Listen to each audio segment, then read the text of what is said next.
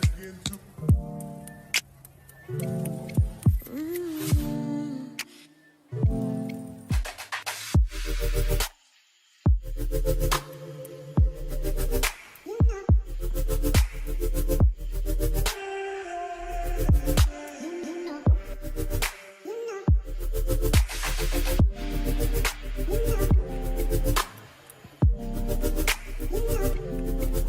Hey guys, Yeah. welcome back to Mr. And and Mrs. Mrs. Robdons Couples Corner, where God is best for you and your. partner. Hey everyone, good evening, good evening, good evening. You know, so me have a new dub for the people, you know. New dub. Give me a rhythm, no, man. Rhythm. Give me a rhythm, no. Rhythm. Give me a rhythm. That one and here. Mirror.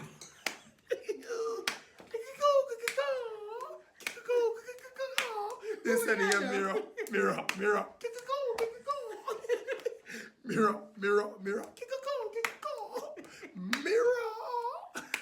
All right, pips, we're talking about mirror tonight. Make sure so I can see. I can't see.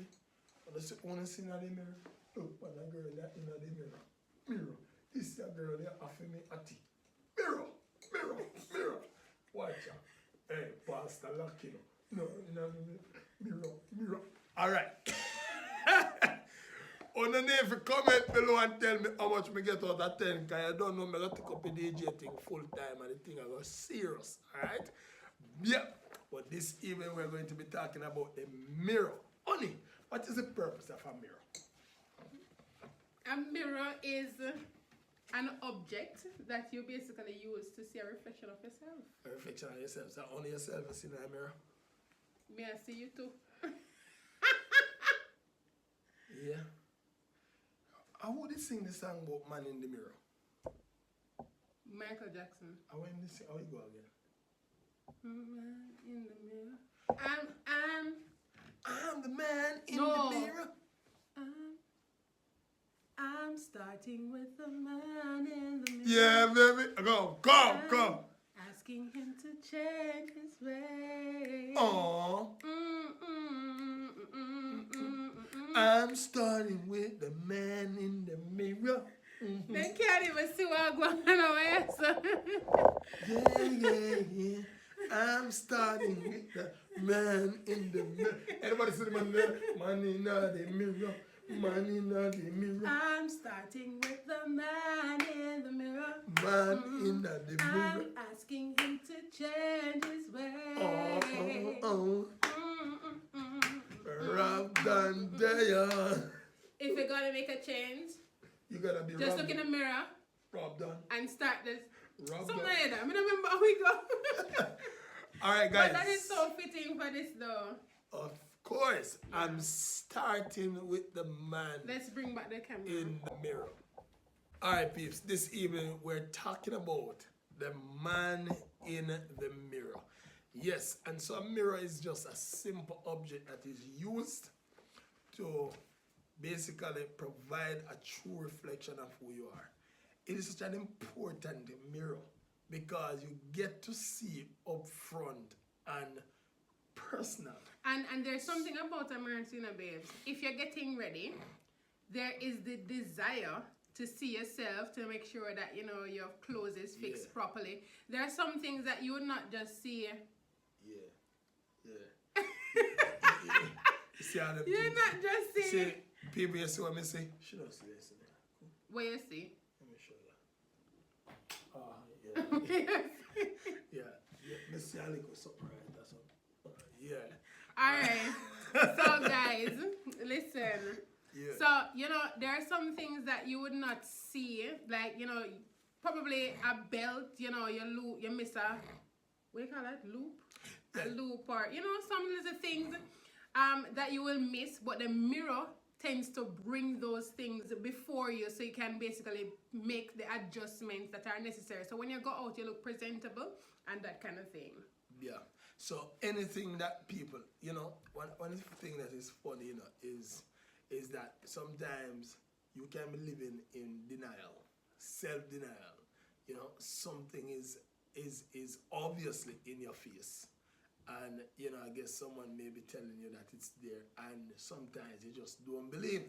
And so there comes the usefulness of a mirror to point that out to you.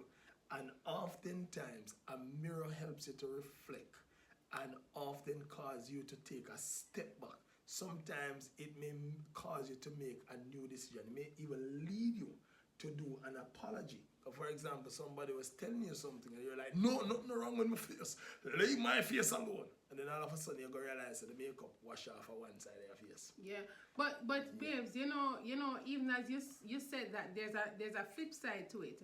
You have a lot of persons who, say for instance, you know, a person grows out of, you know, their comfort zone where the weight is really bad and stuff. You will hear their testimonies of not wanting to see themselves in the mirror because they think they're too ugly. You know, they're afraid to look at the image that they have become. And so that is also another side to the whole mirror view. And so the mirror is always going to tell the truth. Yeah. Whether we like it or not, the mirror is always going to tell the truth. It's going to reveal the truth at all times. And so we have to come to appreciate the mirror. Whether we like what we see in the mirror or not, we must understand the role and purpose of the mirror. The mirror stands there to provide a clear picture of what the reality is. And therefore, sometimes what I see in the mirror will cause me to take a step forward or a step back. Sometimes what I see in the mirror may cause me to have to apologize and have to move on. What is important is that whatever you see in the mirror should not cause you to become discouraged or to give up, but it should cause you to take steps into correcting who you are, right? Maybe there's something wrong with your face, you need to fix it. Maybe there's something that, you know, is out of line. The mirror is going to help you to do it. When I'm shaving in the morning, I need a mirror so that I can make sure that the line is straight and as possible. And the mirror is going to help me to correct the line, even if the line was out of line. And show the patches. And show up also the patches, so that, guess what, I don't have to go outside of my house and be laughed at. Notices it, and it's then more embarrassing. Exactly. And this, you see, so the mirror is actually going to save you from future embarrassment. Right? Another thing about a mirror, one in a vehicle, right? You're going to find the mirror is going to show when a vehicle is about to overtake, right? So you can know how to keep your side in the lane. So the mirror is going to also provide guidance for you. Another thing is that if you're going to overtake a vehicle, you want to look in the mirror to make sure it is clear. So the mirror is very useful. And I mean, the man who designed the mirror, we need to research who he was, because I think this is one of the most important Let us ask Uncle Google. Yeah. This is one of the most important objects that was created, and I think sometimes we do not give due justice or due diligence to it. All right? So this week we are talking about the mirror. Justus von Liebig. Liebig. Yeah. Yeah, so Justus von Liebig. And that man look like he is, he was in Germany. Okay, so he's a German. 200 years ago. 200 years ago, the mirror was designed by a man in Germany. Thank you very much, Justus, for designing this mirror. Yeah. But guess what? Long before Justus designed this mirror, God designed another mirror. Yeah. And this mirror is called your spouse. You see, one of the things we're going to realize is that sometimes we can be so self-righteous, right? Thinking that we're right and we have everything all together and we are the most humble person. But it takes a spouse, a mirror spouse, to show sometimes how selfish we are. I know I was reading something last week, Onion, just about the man talking about, how he got annoyed with with every time he came and the ice cube was not filled back, and and every time he had to come and fill it. And so one day he was having the discussion with his wife, and he said to his wife, no, his wife said, honey, I love you, I want to spend the rest of my life. He was so angry. He was like, I don't want you to love me forever. I just want you to love me for 7 seconds. 7 seconds. Because it takes 7 seconds to fill back the ice tray. Wow. And his wife was, that again? And I mean, he said he started to reflect and realize how selfish he was and how self-righteous he was.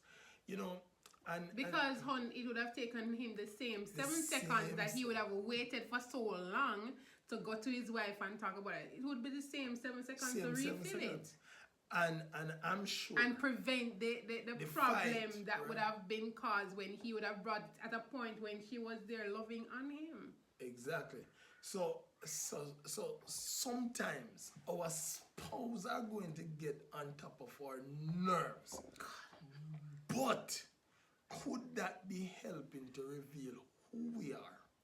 What is it that we are struggling with? The impatience, the ingratitude perhaps, the anger, the temperance issue that we have.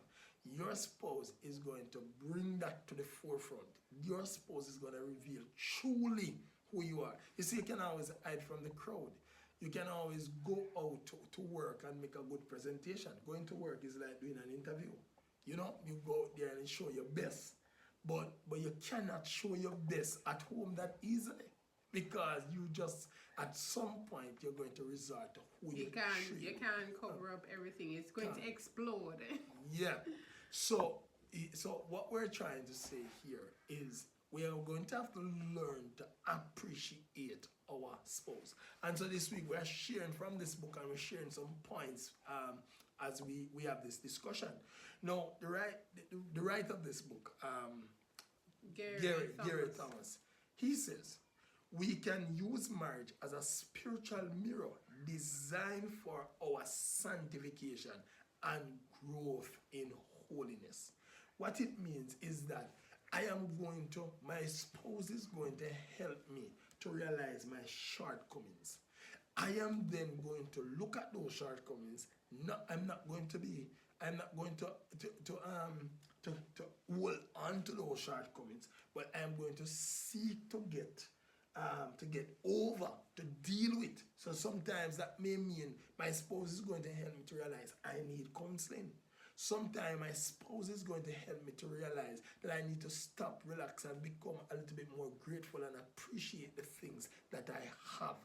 And so this is going to help. And as your partner, speaks, it is the impulse to want to retaliate. Like the person is making your life miserable and that kind of thing. As you would have said in the last video that I can be very miserable. And I remember saying in the video that the miserable has a message in it. Yeah. So it's not that, the flaw that I have is just to make his life uncomfortable. Oh, that's what Jason get it from. Yes. Oh, Jason. Okay. But the whole essence of me sharing something, because I might be saying something, but at the end of the day, it is something that if he looks in his own self, he'll say, I can't make the adjustment there because me really, Right. So it's both adjustment for me. It's a two-way mirror. It's like it's showing me what I need to do. Right, and it's also showing me that rather than, for example, I'll say we need to do a TikTok for this, guys are going on TikTok, There are sometimes Hon will go into the kitchen, right? And consciously or unconsciously, I don't know if it happens in your home too. Like he will go into the fridge and throw out some juice. Now, instead of putting the juice back in the fridge, this man put the juice box back in the cupboard for the for the cups. Tired, people. I go in there and when me see it, me start. People, if you start get, Because I'm like, how could this man, the fridge is right there, the cupboard is right there, and him open the wrong door. When you open it, you know, say, it's not cool breeze, no catch you or anything. And it's easy for me to go to him and say, you couldn't go into the kitchen and put the thing right, spend time and do it. And the time would have taken me to go and say that, not that we're not going to want to talk over things and stuff. I could have removed the thing from the cupboard and put it in the right place and prevent this whole, you know, explosion. You know? But on it, I have always said, you know, remember I have always asked, what do you want? Do you want peace or you want to be right? See, sometimes I think our drive to want to be right can cause us to live miserable for the rest of our lives. You know, and live miserable and just angry and sad and cross and all these things. But sometimes we're going to have to do, you know, do the peaceful thing. And the peaceful thing is not that you're not getting justice. Sometimes your spouse is going to learn from your peaceful approach. Sometimes your spouse is going to change his or her behavior simply because you're always aiming to do the right thing. Remember what we said about the marriage, that it is not about contribution. And sometimes we're always in a mood to contribute. We have to move away from contribution to want devotion, sacrifice. I'm always going to be killing this flesh, killing what I really want to say, killing what I would really want to do until it becomes a habit. What we need to develop is chronic good habits. Yeah? Chronic good habits. Yeah. Yeah, chronic good habits. Because what that means is that, you know, you're going to just continuously just do what is right. Just do the right thing and done. All right? And so, not just that, but really and truly, my wife is going to learn from that. Oftentimes, the faults we are seeing in our spouse is going to help us to highlight a fault we also have. So maybe I am that person with a juice box, but she is that person who is miserable.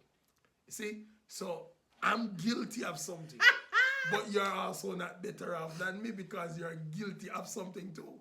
And so those two things, if not resolved appropriately, is going to end up in World War 5, 10.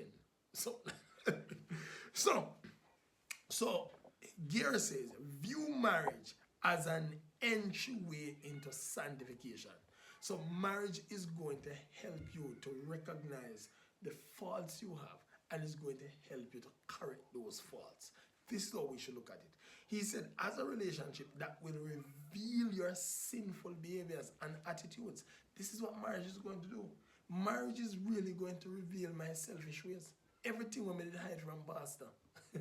Everything that my mother was too scared to tell me. Or my father was too biased to tell me. I am going to find that out. My wife used to cook with a little bit in the pot. And I don't know if her mom never tell her, I said that now go feed husband and two people. But she embraced. That's why I blow out a proportion. Our little pot. Because me feel cook but in a big pot. But you not feed, no? Oh, bro. You never say if you eat in a big pot. No, we say if you cook in a big pot, not eat in a big pot. So nowadays you must leave it for us to eat so we can get, you know? Yeah. So here's what Gary now recommend. Don't give in to the temptation to resent your partner as your own weakness are revealed. You know, honey, it is so easy that when we realize something bad about ourselves, or our partner help us to see something bad about ourselves, we bring out another flaw. Become malicious. Yeah, so we try for, you know, who have the biggest flaw. Right, and we avoid each other and no more talk up and for a while and that kind of thing. And so what we're saying is that don't give in to that temptation, right? To resent your partner as your weaknesses are revealed. And here's what he said again.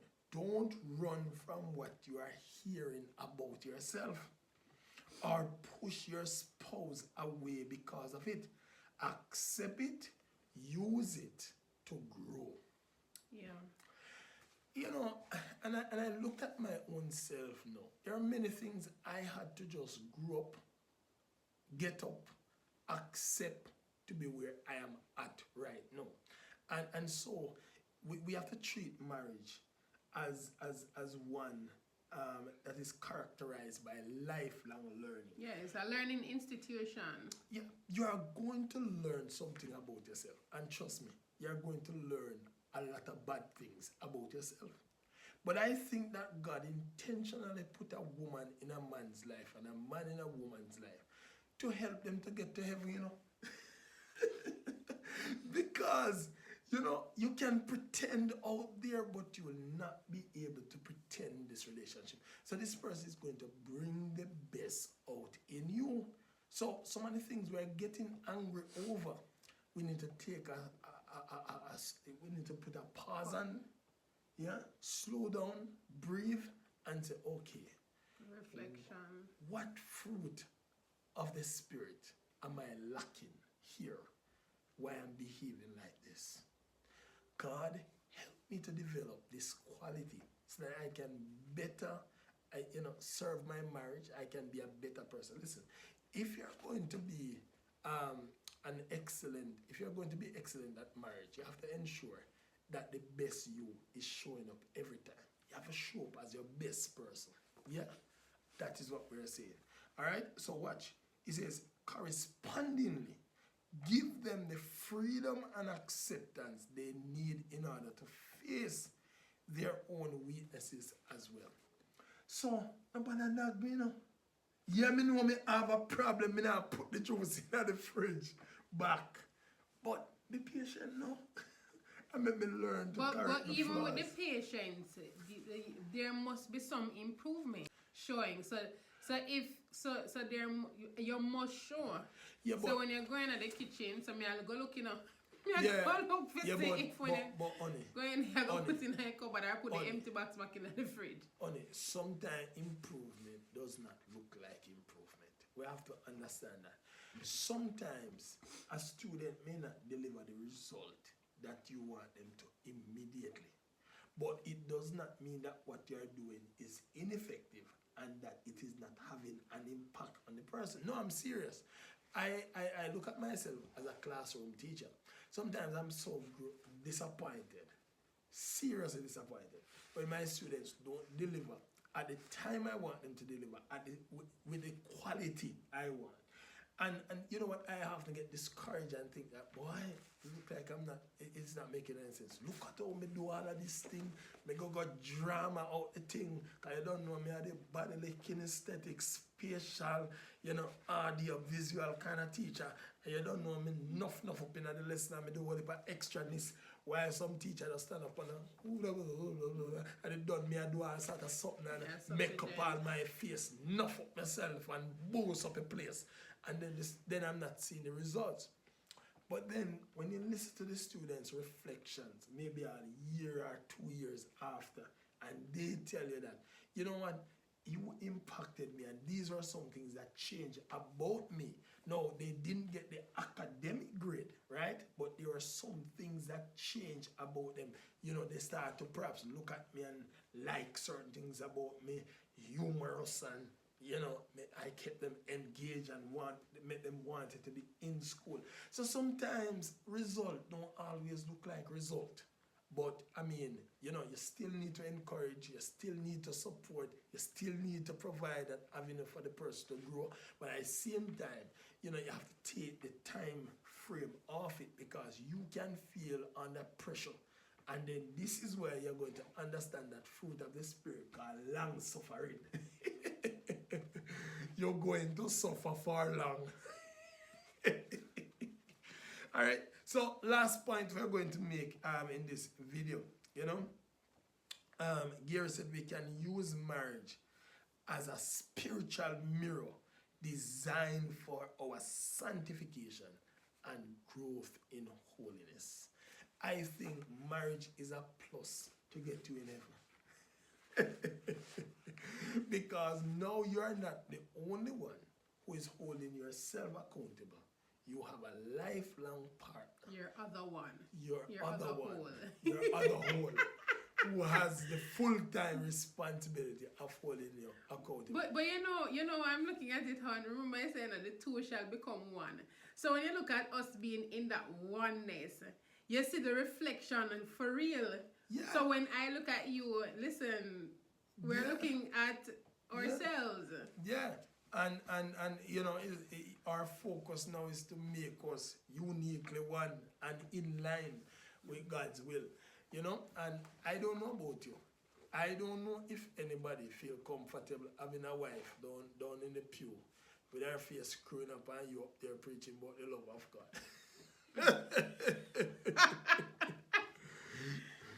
Yeah, you're going to see how much of a pretender you are. And she's going to see how much of a judgmental person, how much of a self-righteous person she is. Let us not go through all of that. When we see these things happening, let us recognize that there are faults that are being revealed by the mirror. Yeah, there are faults that are being revealed by the mirror, and so we should not, run away from them. Neither should we try to avoid them. We should take steps to correct them each time we're seeing it. And remember that in marriage, we are both two persons that are being worked on. Yeah. We are still under construction. Right? So we are not completed. If we were completed, we would be in heaven. And so since you're not in heaven, right, this is the dress rehearsal for heaven. Yeah, the precursor. So we are going to learn the perfect things so that when the time comes, we can walk in holiness in heaven. So once again, look up my mirror. I'm starting with the man in the mirror. Them can't see ya. Come in, man. Join the song, man. I'm starting with the man in the mirror. I'm asking him to change his ways. Sing it again. I'm starting with the man in the mirror. I'm asking him to change his ways. No more. So me, I asked Robdon to change his ways. Sometimes, my principal said something to me, that there's only one person behavior you can control, and it's yours. You cannot control students' behavior. Listen to me, couples, only one person behavior, only one person you can change, and that's you. You can't change the other person. As you change, they will want to change, and they too will change. Run your rhythm again, my wife. I'm starting with the man in the mirror. I'm asking him to change his ways. All right. This is Mr. and Mrs. Robdons Couples Corner, where God is best for you and your partner. I'm starting with the man in the mirror. I'm asking him to change his ways. I'm starting with the man in the mirror. Man.